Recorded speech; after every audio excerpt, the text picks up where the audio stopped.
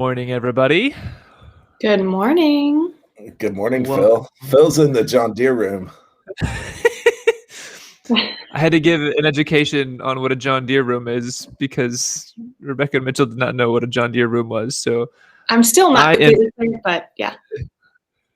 I am in my sister and brother-in-law's John Deere room, which, if you are not aware, is a room where often people will have, it's kind of like a mini garage almost, where people will hold their tractors or big lawnmowers and do storage space and such. So this is the John Deere room, and I'm here in Missouri. I failed to mention that, but that's the thing.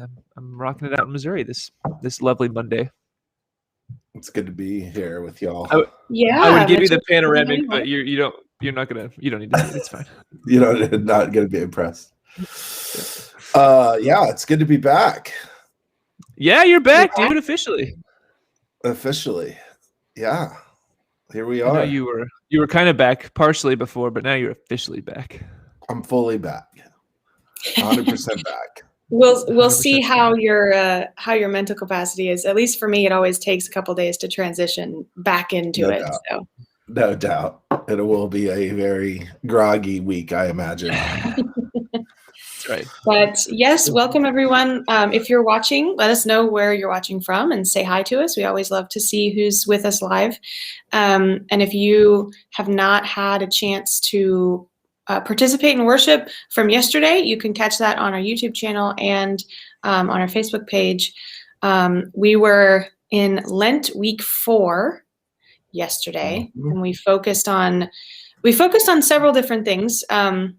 We started with Reverend Joshua Manning, who was with Phil in the Sunday sit down, and that was really neat because he talked about his understanding of Lent coming from a non-liturgical background, right? Yeah. Right. And then you could hear the passion in his voice when he was talking about, like, even though I didn't know what Lent was, what really resonated with him was the idea of fasting, because they definitely did that in his tradition. Mm-hmm. Mm-hmm. I really love that conversation because I started thinking about how do I kind of fill out the rest of Lent with the Sunday sit down, and I thought, well, it'd be fun to hear from other traditions. And I knew Joshua didn't grow up Methodist, but I didn't know what exactly it was he grew up. And then I also was like, oh, I'd be curious what a Catholic person who like maybe was Catholic but is now Methodist, and the fact that he grew up like Pentecostal but had all these Catholic friends really kind of brought the best of both worlds together in the midst of this. So I thought it was a really cool conversation. I love Joshua in general and the work that he does, and so it was fun to get to hear a little bit of his background and how that influences the ministry he has now at Warren UMC down by Fair Park. And so yeah, it's cool just to hear other people do. And did y'all grow up like with Lenten traditions? I did, yeah. Mitchell and I are both cradle Methodists. So you had the full gamut of Lenten practices. But my husband did. I mean, Jeff had never really heard of Lent until he attended a Methodist church briefly before we met, and then kind of like went to another denomination. And when he and I met, he was still pretty unfamiliar with the concept. So it was interesting. It still is. We'll sometimes I'll say like, oh, Lent's coming up, and he's like, okay, I have to remember what that is. Right. What is that again? Yeah. We grew, my dad being a pastor, we did the whole thing, from Ash Wednesday to Holy Week stuff. Lent was a really big deal in our family because it was a big deal for the church. And so your life as a preacher gets kind of just bound up to whatever the rhythm of the church is, rather than like, a school calendar. So we'd give things up. We would be at the church a lot during Lent. There's always like a Lenten Bible study or book study. And what is up, Nina? It is so good to hear from you. Phil, you would love this story. Nina, she used to have a tiny house on our parking lot. Yeah, totally. How many years ago was that, Nina? It was like 4 years ago? 5, yeah. Maybe, yeah. It was really cool. Fun. It was really cool. So like mobile tiny house, and they're just moving it along? Uh-huh. Yep, she was our literal neighbor in our parking lot for a little while, and it was really neat. And we had 2 others, I think. I think we had 3 tiny houses there, yeah. In fact, there's like an HGTV like a show on tiny houses shot in our parking lot. So anyway, it's That's good to hear amazing. from you, Nina. You have a Yeah, you have a so mystery hand refilling your coffee, Mitchell. yeah, thanks, E. So that's a good thing about working from home. So yeah, There you go. we did Lent stuff all the time, and I think so that's the challenge, right? Is if you grow up in it, it becomes rote, and I think to really reclaim it, you have to I think you have to really buy into some of these spiritual disciplines. Otherwise, we really are just kind of running through the motions. And so this idea of Lent as a season of fasting, I think is really fascinating. I did not take on fasting this year, but I have in the past. And I will say, like, when we incorporate that spiritual practice that like involves our body and our physical like senses, I think it really lends itself well to this season of preparation. Yeah. And so we talked to, I mean, Phil, you and I talked about this last week, but then I heard that you brought it up with Josh of just saying it feels like we've been in a year of Lent. It feels like you, Mitchell, I didn't give up anything this year for Lent because I feel like this year has been about giving up so much already. Yeah. Giving up I heard so y'all many mention things. that last week on the podcast. It definitely feels like we've given up way too much already. But I thought, like, I mean, in an interesting way, that's a good tie because we marked time yesterday. It was officially 1 year of online worship services. Because last year it was March 15th was the Sunday that we went online. Right. So just reflecting on that, like through the call to worship, and then Mitchell with your introduction to your sermon, I got a lot of comments from people saying like, I really needed that. I really needed the call to remember because it's been in the back of my mind, but I haven't known how to process it. So just think about it. A year ago, we were scrambling to pull up worship in the library. We weren't socially distanced from one another. We weren't wearing masks. We didn't really know. All we knew is that it was not in the best interest of our congregation to gather in person. And to move through that, first 3-4 weeks was really hard because we were wondering if we were going to have Easter in the church, right? Early on. I remember thinking like, we might not have Easter here. And what does that mean? And we had this amazing Lenten practice last year that was incorporated into the worship theme. And it was just a mess. And to think that I just can't imagine if someone, what I would have felt if someone would have been like, you're going to be doing this for over a year. Sometimes it's good not to walk through that. Yeah, seriously. Because I think like, as we have, Phil wasn't even on staff yet. I mean, which is really interesting. I attended one time. I attended on the 7th, March 7th.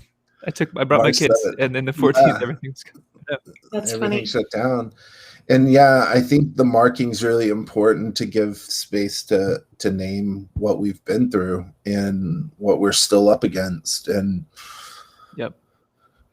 an entire year of not being together in the sanctuary is really, really tough. Really tough. It is tough. It's a lot to process there. Yeah. And at the same time, like kind of what I said with Joshua too, like it's, we've definitely come a long way, not just with the way we do worship, but just in general and how we celebrate rituals and how we, like there's just so many things that you can look back on and say like, we have come a long way and done a whole lot of things and be really proud, not just as a community of faith, but also just people in general, that we've survived a year in a pandemic where we've been stripped of so many things, and yet here we are, and there's a lot to look back and reflect on and be really proud of what we've done. Yeah.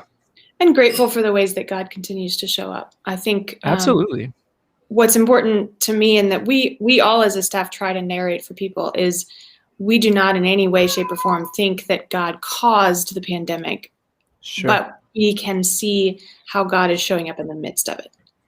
Yeah, no doubt. And I think that's a really important distinction. That's good. So I put up the Nina's chat there too, right? That she was born Catholic, so Lent is a thing.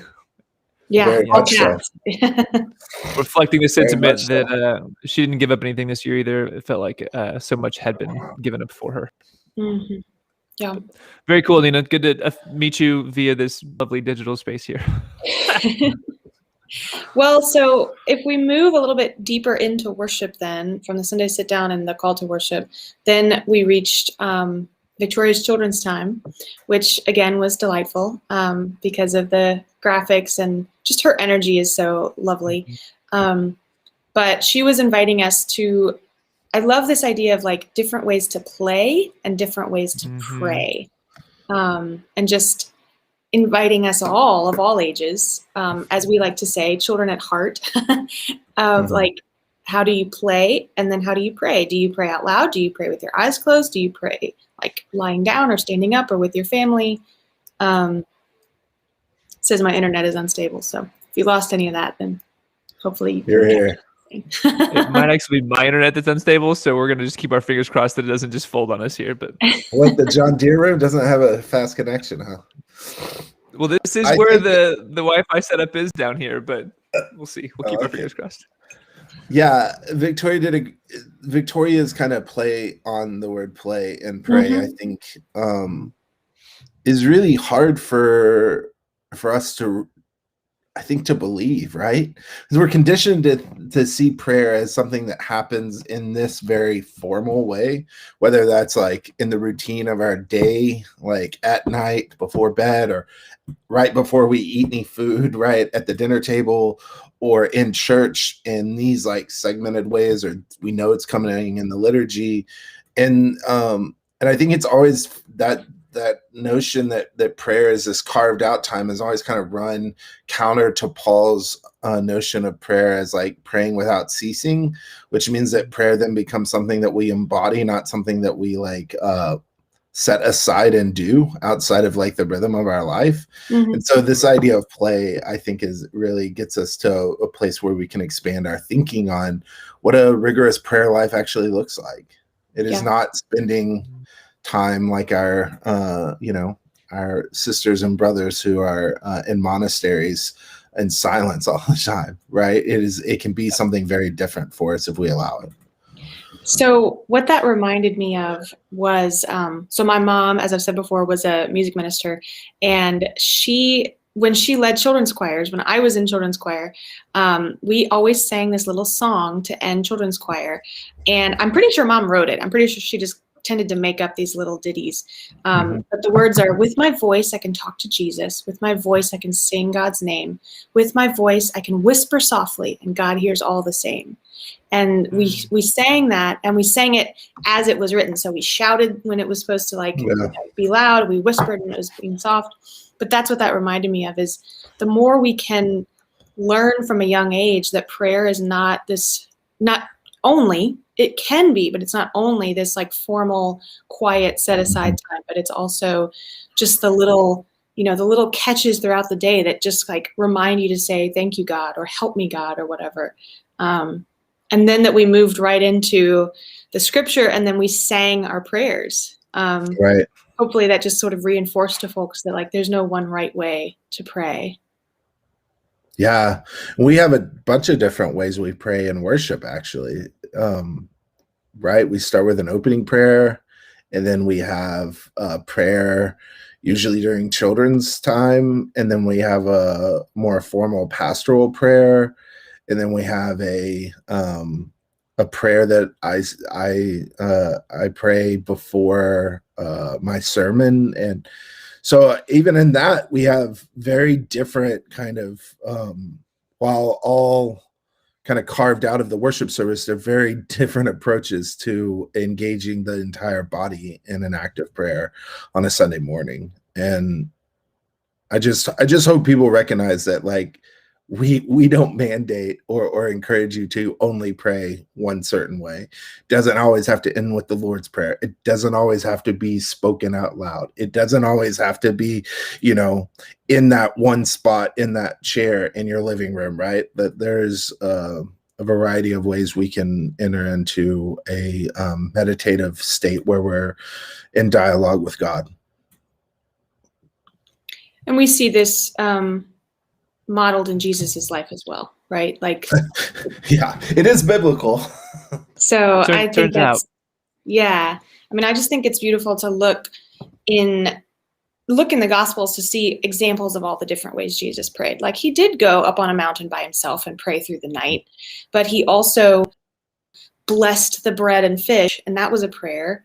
And he, prayed for his disciples. In John, we hear that Jesus prayed for us in the modern times. He said, I pray for all who will come after me.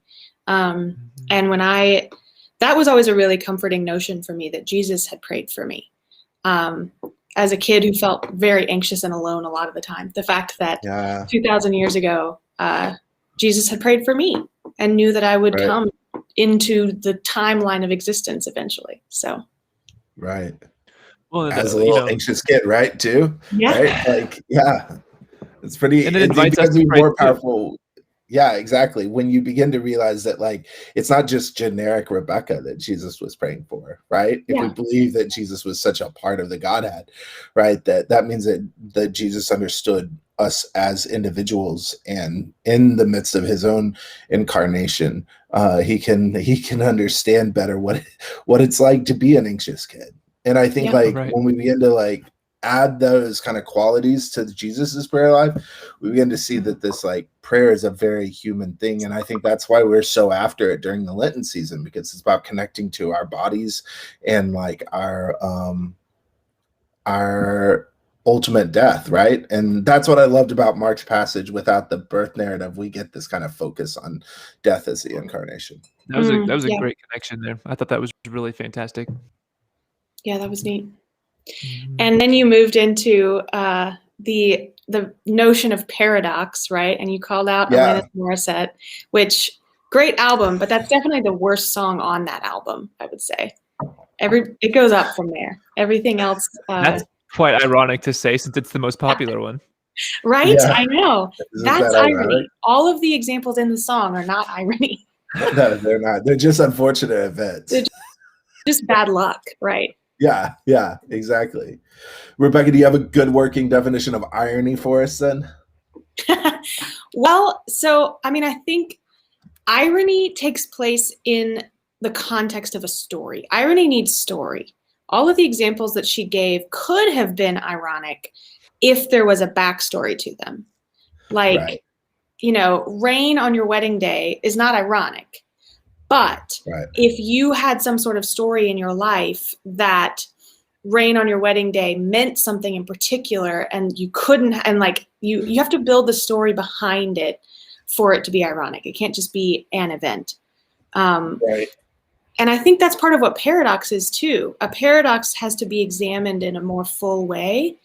So bad luck versus irony is the same as saying contradiction versus paradox. You can have just a surf contradiction, but for it to be paradox, you have to dig deeper and to say what is true about each of these things. They don't just contradict, but they somehow buoy each other up. Yeah, a paradox and something being a contradiction, like they start in the same space, but a contradiction never moves to a place of full examination where the end could actually be true, where a contradiction just is assumed throughout the entire statement or experience, right? Like, I always learned paradox is not a literary device, it's a logical move. Mm-hmm. So paradox requires the end of the equation to actually know if it was paradoxical. Right? You can't say something's paradox without the examination and walking it to its full conclusion. So when I said in my sermon that Jesus is essentially his entire ministry in Mark is paradox, we only know that because we actually know the ending of the story, right? We actually know that Jesus is the Messiah. If we put our faith in the Gospel of Mark, we know that because Jesus was risen from the grave. If Jesus had not been risen from the grave, it wouldn't have been paradoxical. It would have just been foolish, right? And so I think we have to know that. It's a great point, Rebecca. Yeah. And Nina just commented the song title should have been "Isn't That a Bummer?" And that is my complete that new is your point. favorite. Doesn't that suck? That Yeah. should have been, yeah. It's even got the right number of syllables. Like you could literally sing it like that. I love it. But yeah, I mean, Mitchell, and then you pulled I really do think. don't you think? Like you pulled the last hymn, the hymn of promise, and I think that's exactly what that hymn is getting. Let's just say Natalie Sleeth is much better at paradox and irony than Alanis Morissette seems to be, because those examples in the hymn are paradoxical, right? You in the bulb, which is a dead, dry thing, planted, covered, like shielded from sunlight. It's so counterintuitive that would then grow into a flower. Exactly. In the seed, a tiny little seed, it has to shed its hull. It has to break open. Then it becomes an apple tree, right? So example after example in this last hymn, we get examples of resurrection, basically, in the natural world and in our human world. Yeah, and we kind of need to end in those spaces, because without ending there, we we are just walking around in our own misery, which is not the point of Lent, by the way, right? Lent is not about just like self-deprivation to experience misery. Lent is about denying oneself and connecting with our ultimate death, so that we can gain more insight and a better appreciation for what transpires during Holy Week and ultimately culminates with Easter. And so the paradox of the last hymn, I think, this idea that, unless you're Johnny Appleseed, most apple trees are now planted with some sort of intent. The same with a bulb, right? Think about tulips, right? There is some intention there, and when we enter into those spaces, we have the expectation that even though it is counterintuitive, that this will result in new life.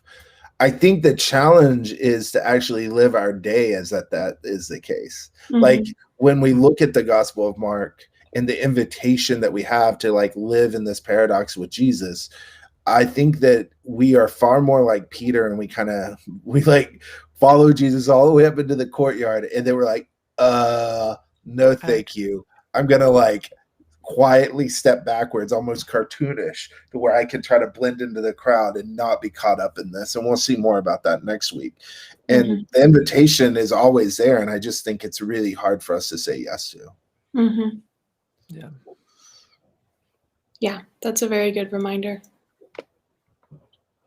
You made me think of the Homer Simpson meme where that meme where he's like disappearing into the hedges. That's Peter. We should play that. Peter right there. Like, that's Peter. Like, I don't know who Jesus is, and then just disappearing into the hedges. Me? Oh man. Does it feel like Lent? I know Lent to y'all has felt like a year, especially you've been in it now for leading in worship for 4 weeks. Are y'all ready to like get out of Lent, or do you feel like there's still more here for us?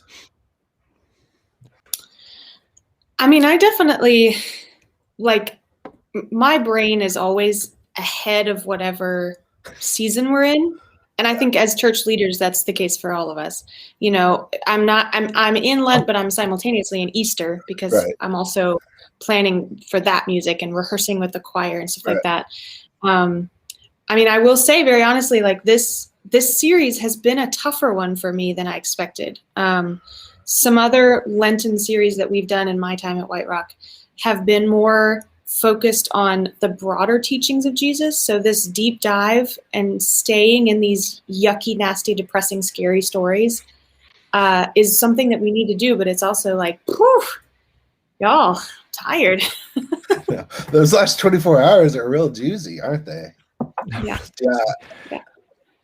I think the same. I think that I told Joshua yesterday on the sit down, like I think it's a really good opportunity to dive deep into the emotional side, as opposed to just getting stuck in our heads sometimes. And this last 24 hours is not something that you want to just like, hey, let's keep reading about the last 24 hours of Jesus day in and day out, like for the entire year. Like it's exhausting. And I do think it has met the feel of most people given the season though. And so I think it was really well well thought through, and I think it kind of met the season. And I told Rebecca last week, I was like, oh God, it's weird. It's weird to think that Lent's going to be over before we know it. And my mind hasn't even got past that yet, because I do feel like I'm so stuck in the muck of it right now. And so it was this last week kind of a brain flip of like, nope, got to start thinking like a couple weeks ahead now, because I haven't even had the mental capacity to do that. And I think because Holy Week is such a big deal, that trying to think through all those things, it was almost like a barrier to get past that. And so a little insider, we have a 2-hour meeting following this to get our minds past that. So totally. Yes.